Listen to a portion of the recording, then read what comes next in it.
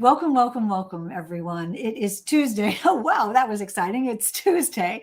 It's 4 p.m. ET, and you have found us here on Crime Time on A Mighty Blaze. I am your host, Hank Phillippi Ryan, the author of the USA Today bestselling author, I should say, of 14 novels of suspense, with number 15 on the way. I hit sent a week ago, and it is in production. That is called One Wrong Word, and it is sort of scandal meets presumed innocent. Does that make any sense to all of you? I'm trying it out on you. Let me know. Anyway, today on Crime Time, it is not about me. It is about the fabulous Michelle Gagnon, whose new book, Killing Me, is going to kill you with laughter. It's hilarious. It's a funny book about serial killers. And I know that sounds sort of like a conundrum, but trust me on this. I laughed out loud when I read it as I was turning the pages as fast as I could to find out what was going to happen. So we will talk to Michelle about that right now. Let me tell you what the fabulous Kelly Garrett said. You know Kelly, she is amazing. And welcome to all of you. When I look over here, I'm looking at the comments and I see Alicia and Pamela and Shannon Hansen and Sharon Carlson Person is here.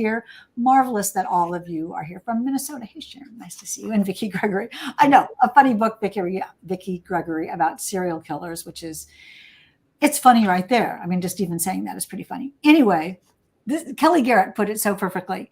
If Dexter teamed up with Stephanie Plum, the result would be Killing Me. At the story center is Amber Jameson, whose luck somehow manages only to get worse when surviving one serial killer just puts her in the crosshairs of another. The result is an unforgettable, laugh out loud, wild ride with an irresistible cast of characters. And then Kelly says, murder has no business being this funny.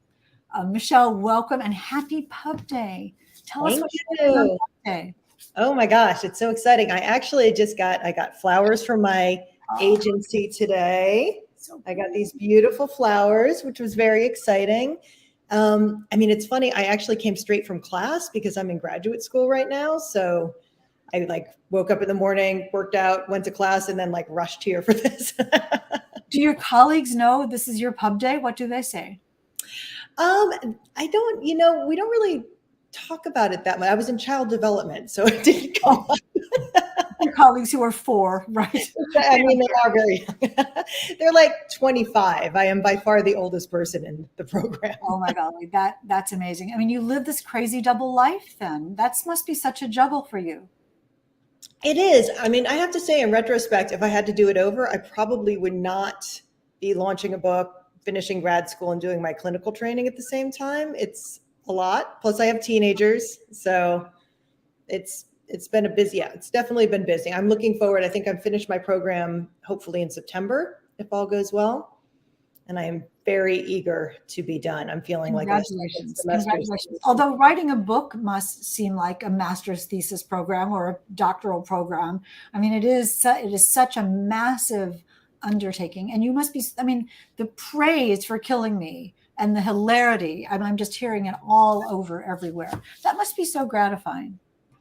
It is. Thank you. It's a strange thing because you live with this book for this one, this book really was my escape hatch in the pandemic. So I lived with this book for longer, I think, than any book since my very first book. I mean, I spent probably 3 or 4 years on this one, which was a kind of, it's an advantage that I haven't had in a really long time because I've been on the kind of book a year track forever. And I just took a breath and decided to go in a very different direction. So yeah, when it finally comes out, it's always a little strange because there's been such a long waiting period and I'm already almost done with the second book. So I'm like, that's so funny. Well, congratulations. There's nothing like Pub Day. No, you're such a successful author and so many wonderful books, but it's still pretty great on Pub Day, isn't it?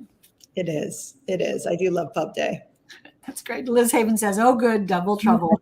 That's hilarious. Let me tell you quickly, if you are new to A Mighty Blaze, thank you for coming. We are a group of 3 dozen or so volunteers here on A Mighty Blaze that bring you 24/7 programming about books and literature and reading and writing and the community of publishing and reading and keeping you discovering new books and new authors and staying connected with your favorite authors, and maybe finding a new favorite book like Killing Me by Michelle Gagnon that we are talking about here today. It was started at the beginning of the pandemic, kind of like Killing Me was, Mhm. and equally successful by Jenna Blum and Caroline Levitt to keep us all together. And that's why we are here. Let me tell you a little bit about our author for today, Michelle Gagnon. Now, we've had some pretty interesting people on the show. You all know Susan Baldwin is here now, and Melissa T. and Leisha is here. That's Susie Sharp, Shannon Hansen. Wonderful. You all know. So you're veterans of Crime Time, that we've had some pretty interesting people here. So let me just tell you about Michelle.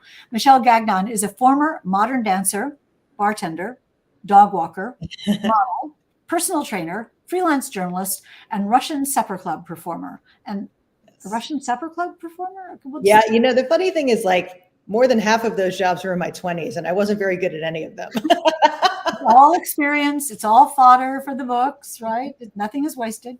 Her best-selling thrillers, which she is good at, her best-selling thrillers have been published in dozens of languages worldwide and were nominated for a Daphne and a Thriller Award. That's a big deal.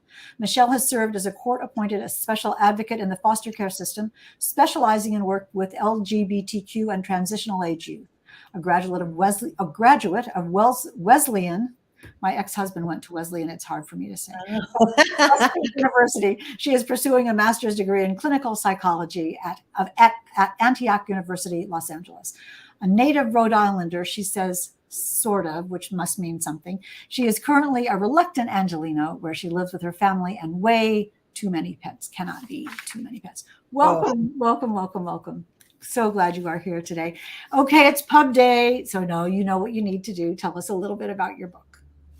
So this book for me came out of a lot of different experiences in the last 10 years. And I felt like generally when we see books with with heroines, right? Like, they're usually sort of like, they are like martial art experts, or they're former military, or they're cops. And I really wanted a book where the women used more kind of like traditional feminine strengths, like their ability to build relationships with other people, their ability to strategize and organize, their ability to think ahead. And so, I have Amber, who's a former con artist, who's really trying hard to go straight. Like, she had a bad experience and she's been kind of reconfigured her life. And so she's, like me, in school for a psychology degree. And I mainly made her because I was like, what do con artists and psychologists have in common? The ability to read people. So it's sort of two sides of the same coin, right? Using that skill for good or for evil. Anyway, so it starts with Amber in the back of a serial killer's van. So her day is not going well. And you're in her head. She has a very funny inner monologue going because she's really upset with herself. She can't believe that she was this dumb, that she's actually going to be a victim. She's never thought of herself as a victim. And then at the 11th hour, and this isn't a spoiler because it happens in the first 20 pages, she gets rescued by this mysterious woman who seems kind of annoyed and just wants to bail. So Amber tries to go back to her life, but her past has come up because law enforcement's kind of sniffing around. So she has to take off. And most of the book then takes place in kind of seedy Las Vegas, the motels, the pawn shops, the, budget buffets. And yeah, she makes a couple of very unlikely friendships with other women, and they end up having to defeat yet another serial killer for reasons that become clear later on in the book.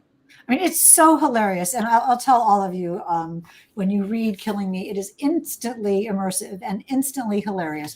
And Amber's inner monologue is so funny. There have been other women who have been kidnapped and taken in the town where she lives. And she knows this is happening. And she's so mad at herself for having this happen. And she's snippy and sarcastic and self-deprecating and not panicking too much. What was it like she's taken in a van, and she goes, a van, I can't even believe, like, of all the things. Was it fun to write? How did you balance the writerly Michelle and the voice of Amber, what you knew had to happen for the story and what you knew you needed for the character? I mean, there's a part of me that thinks that if something like that happened to me, that would be my inner monologue. Like, I think I would be really upset with myself. I feel like, I've been immersed in this sort of world and, been creating books about serial killers for going on almost 2 decades now. So I think if it happened to me, I would be genuinely upset and annoyed. And so Amber's voice is probably the closest to my voice, I think. I really loved writing her. I have to say, this book I went through some huge revisions. I've had massive overhauls of this over the course of writing it. But those first 20 pages were the only part of the book that barely changed from one iteration, like from the day I wrote it all the way through. I don't know. I mean, that was really my launch pad. And every time I thought about giving up on it, because there were many times, Hank, that I thought about giving up on this book, I just kept going back to that voice because I could really hear her in my head. Yeah. I mean, as a reader, I could hear her as well, although she had your voice, I have to say. So I'm sort of hearing you, but in the best of ways. But it is interesting because that opening, the 20 pages you're talking about, is so cinematic and so visual, and we are absolutely there, and we fall in love with her and this enigmatic person who saves her, and it becomes it is a funny serial killer story, but it's also a novel about female empowerment and female friendship. Was that important to you, those kinds of themes? That was really important to me. I mean, I really wanted a book where, literally the only men in the book are the killer and kind of a hapless nephew who's in, I think, 2 or 3 scenes, more for comedic value than anything else. I really wanted to showcase the women and showcase their friendships and how their friendships are what actually enable them to defeat this person. It's not, a lone wolf going up. Like, they needed to all work together to actually make it happen. And I thought that was really important because I feel like we don't necessarily see enough strong female stories with friendships showcased. It's always kind of a love triangle or a competitive thing. And, I find that problematic. I think that we are stronger together. That is so wise. And it's interesting. It's so much fun to see the two women carefully get to know each other, carefully enter each other's lives. It's not like they instantly fall in love and are comrades, but they're learning a little bit about each other as they go. And you are just the queen of dialogue. The dialogue from every person in this novel is so perfect and individuated. Is that a word? And hilarious and marvelous. Talk a little bit about that. How does that come out of you? I think one of the things about being a writer is you kind of figure out what your strengths are as you're going. And I always knew I was not someone who had the perfect turn of phrase to describe the quality of light on the ocean, right? I mean, that's just never been my strong suit. Like, I have nothing but admiration for people who can do that.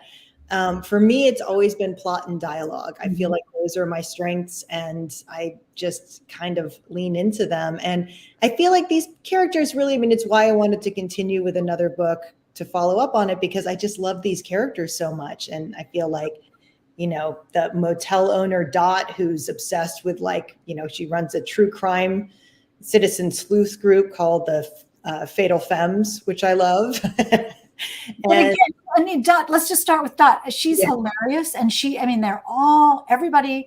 everybody who Amber meets they're all gauging each other. What's their motivation? What's their agenda? What do they want? Is this good for me or bad for me? What's that like to write? I think it's fun. I think I think that these are people who are kind of, they haven't had easy lives, none of them, right? It's a motel owner, it's a sex worker, it's a con artist.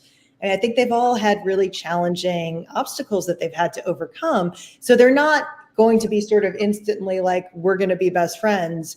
But I think that they are kind of stronger because of that. And I feel like that's what they can see in each other. Like, I think, I got a lot of questions in interviews before this leading up to the publication about Grace and Amber, because Grace, they're sort of counterpoints to each other, right? Mm-hmm. Grace is sort of shut down and cold, and Amber is, kind of more personable. But the truth is they're really similar characters, and they both had very damaging childhoods, and they have a lot of darkness in them, but they choose to turn towards the light and try to do the right thing. And I think they recognize that in each other. It is sort of it's a wonderful comradeship of realization that you can be damaged and you can repair yourself. Especially you can repair yourself with guidance or comradeship of someone else who understands you. How did your psychology background fit into understanding how these characters are damaged and why they would be and how they grow, and why they do what they do, if it did? I mean, for me, a lot of it was, after Amber survives what happens to her at the very outset of the book, it doesn't just go away. It has an impact on her. She has a couple of panic attacks later in the book. She has a lot of very physical reactions to stress. And I think that it was important to me to show that you don't just sort of shake that sort of experience off, no matter what your family upbringing and background was like, that, having that sort of traumatic experience would have a long-term effect on you. The new book, the sequel, is actually about parents. So I really go into the psychology there. I guess so. Sharon is very wise, saying you do have to be careful around. Yes, Sharon, exactly. Always cross the street. Exactly. But I do think that one of the ways that going back to the people, to Dot and everyone, you say that Amber was a con artist. And she has her ways of handling it that other people recognize, so the people who are in the same strata as she is say, oh, I see what you're doing. And those are those are the moments that give a page-turning thriller and a funny novel. Those are the moments that give your book heart. There's a lot of heart and tender heart in the midst of the serial killers and the funniness. Was that important to you too, to portray? That was really important to me. I mean, I feel like, I know for me, we were just talking about this with friends the other night who, we were talking about the Marvel movies and how like some of the movies, like the ones that don't have the emotional connection, that don't have the heart, like when I'm watching something like that or reading something like that, if I'm not actually connecting to the characters and they're just throwing all sorts of action at me, it really leaves me cold. I think that particularly for series, you come back for the characters. You come back for those relationships. That's what carries you forward, because just watching random people who you don't care that much about battling each other, for me, is not very appealing. And you make us care. You allow us to care about Amber, because she is self-deprecating and she doesn't panic and she tries to figure out what to do. And even when she's saved, she's suspicious and savvy, but still curious. And she does sort of recognize a kindred spirit and does something that you might not do, but that Amber would certainly do, and we understand why. Did you know, I mean, you were saying that it went through some iterations, this book. Did you know essentially what was going to happen as you wrote it? No. I mean, before you wrote it or at?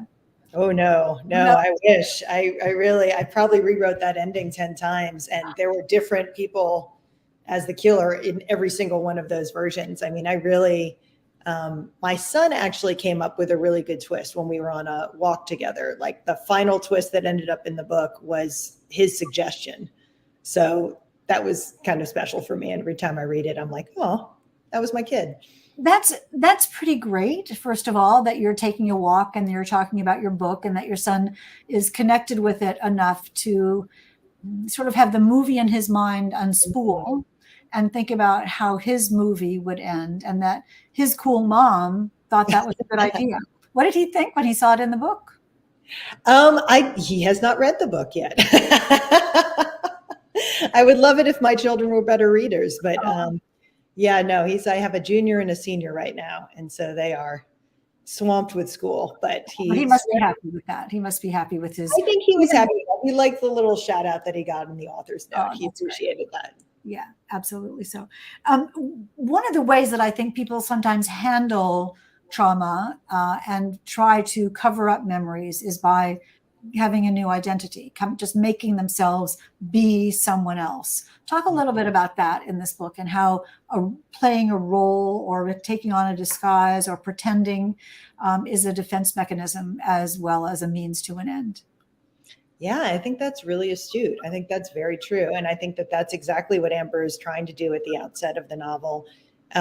She keeps trying to kind of reinvent herself, and yet I think that she's also constantly finding herself fighting the urge to sort of revert back to what she knows. I mean, that's what we all do, right? Like we're most comfortable with what's familiar to us. So even when we try to change, it's a bit of an uphill battle because, you have this like weight of history behind you, and it's easier to sort of fall back on the known.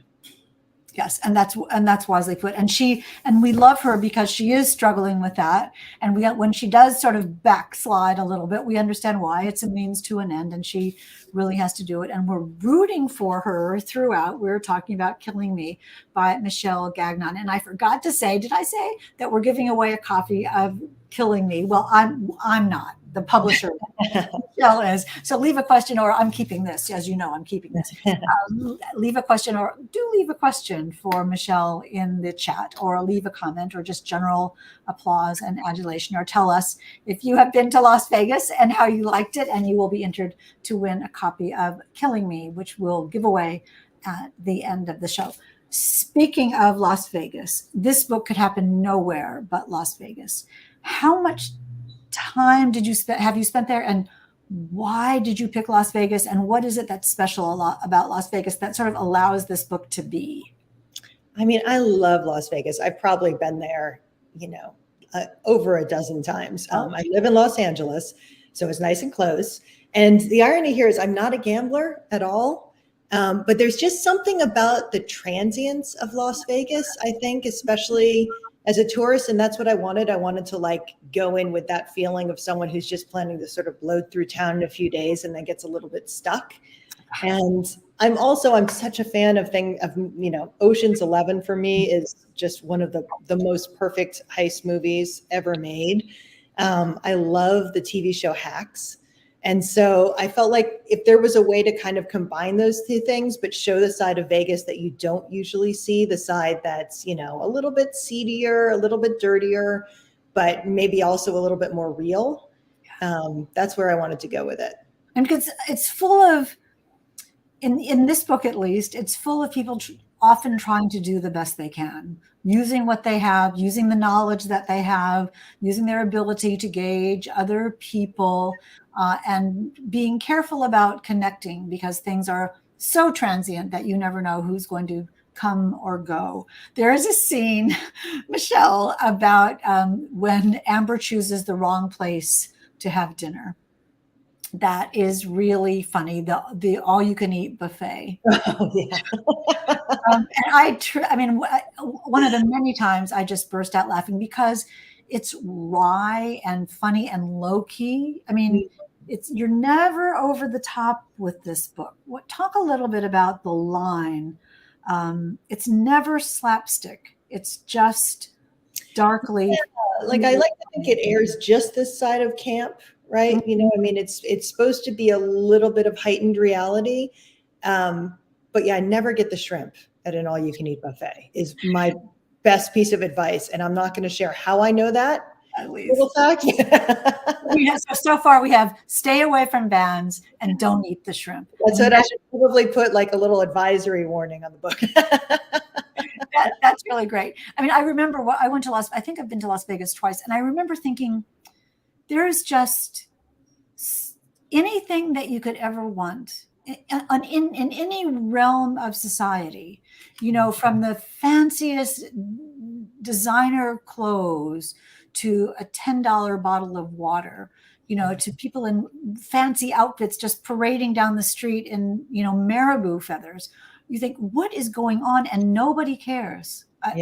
Nobody cares. Talk a little bit about that atmosphere as well, the carnival and the chaos with the sort of layer of sorrow underneath, if you think there is. No, I think that's really true. I mean, I think that it's almost like Walt Disney World met Times Square, met like, I don't know, a back alley. I mean, it's kind of everything all at once. And I think that, one of the other reasons I chose the book is that there's this statistic of how many people go missing in Las Vegas every week. And it's genuinely astonishing. Like it's a lot of people.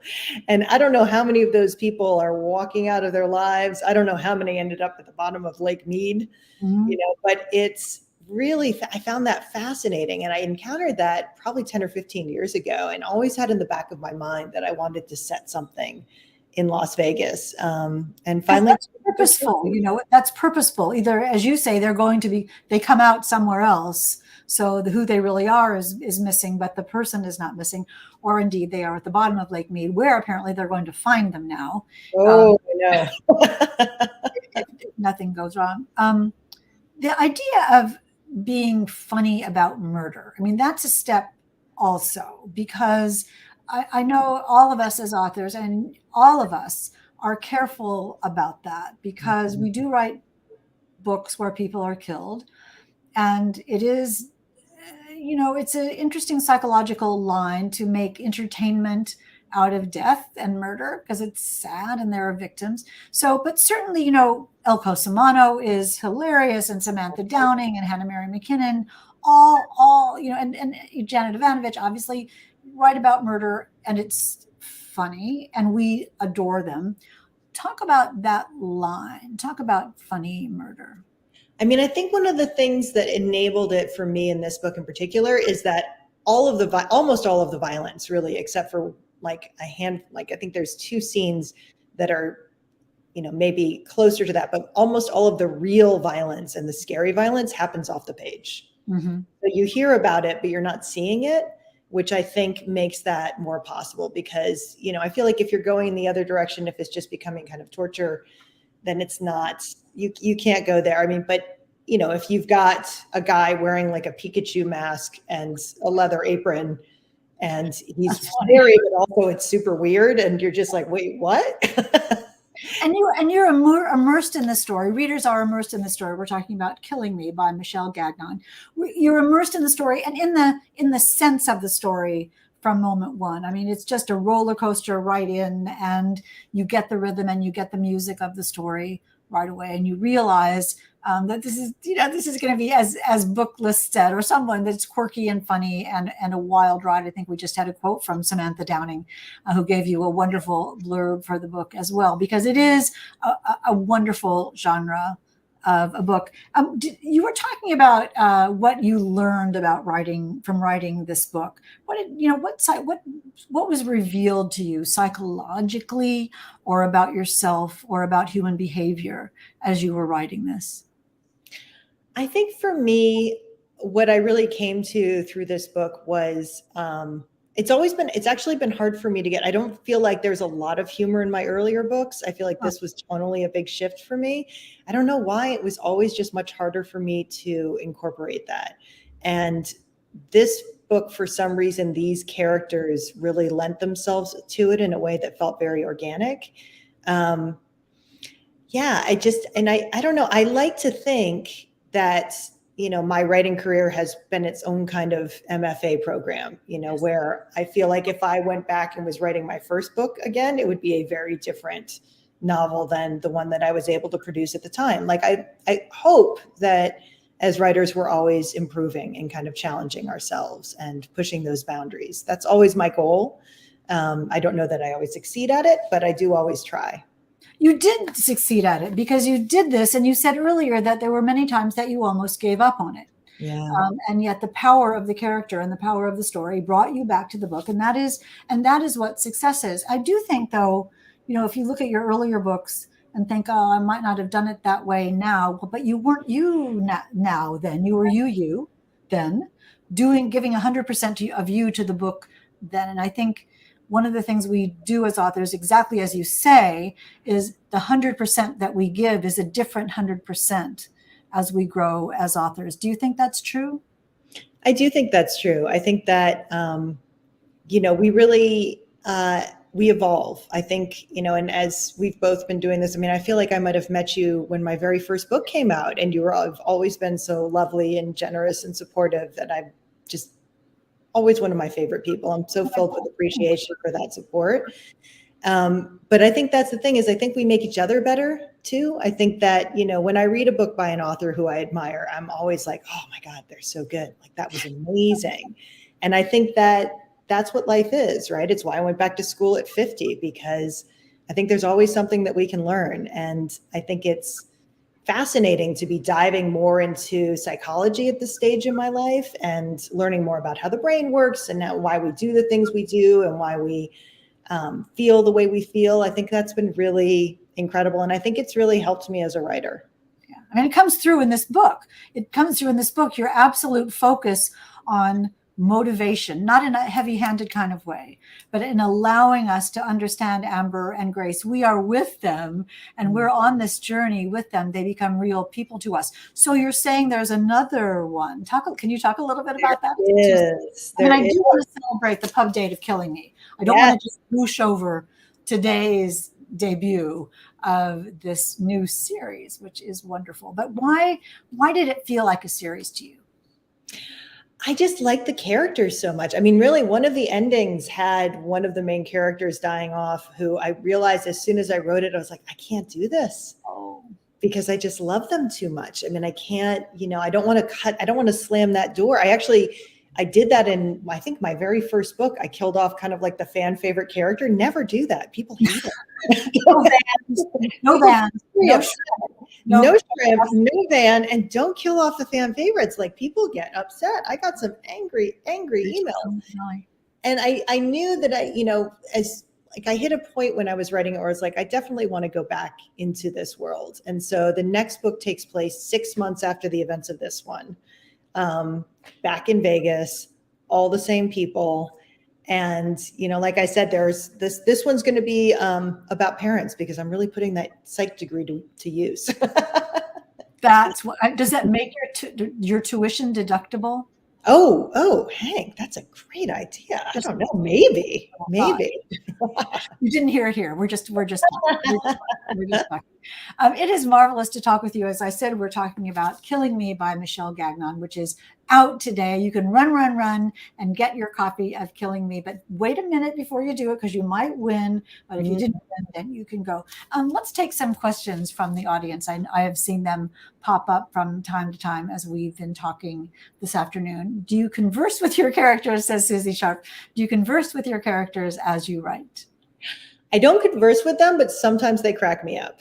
I am like notorious for making myself laugh at my own dialogue. My family finds it really annoying. I was actually going to ask you about that, because I can totally, like Susie, I can totally see you at the computer typing and laughing.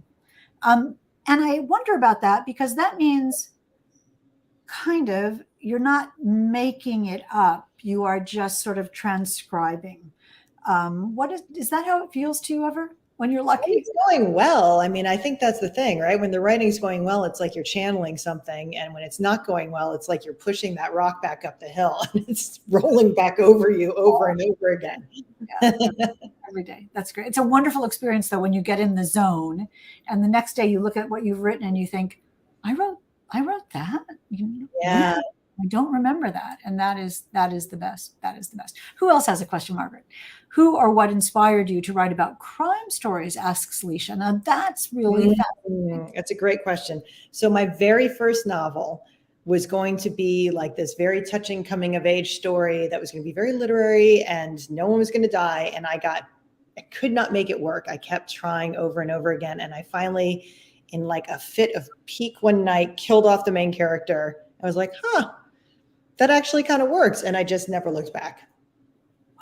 I mean, killing a character, crime novels, in a bigger picture, right. Crime stories is when the stakes are as high as they can possibly be. Life and death in a murder mystery, for instance, or in a thriller, is the stakes are as high as they can possibly be. And that's what makes people care.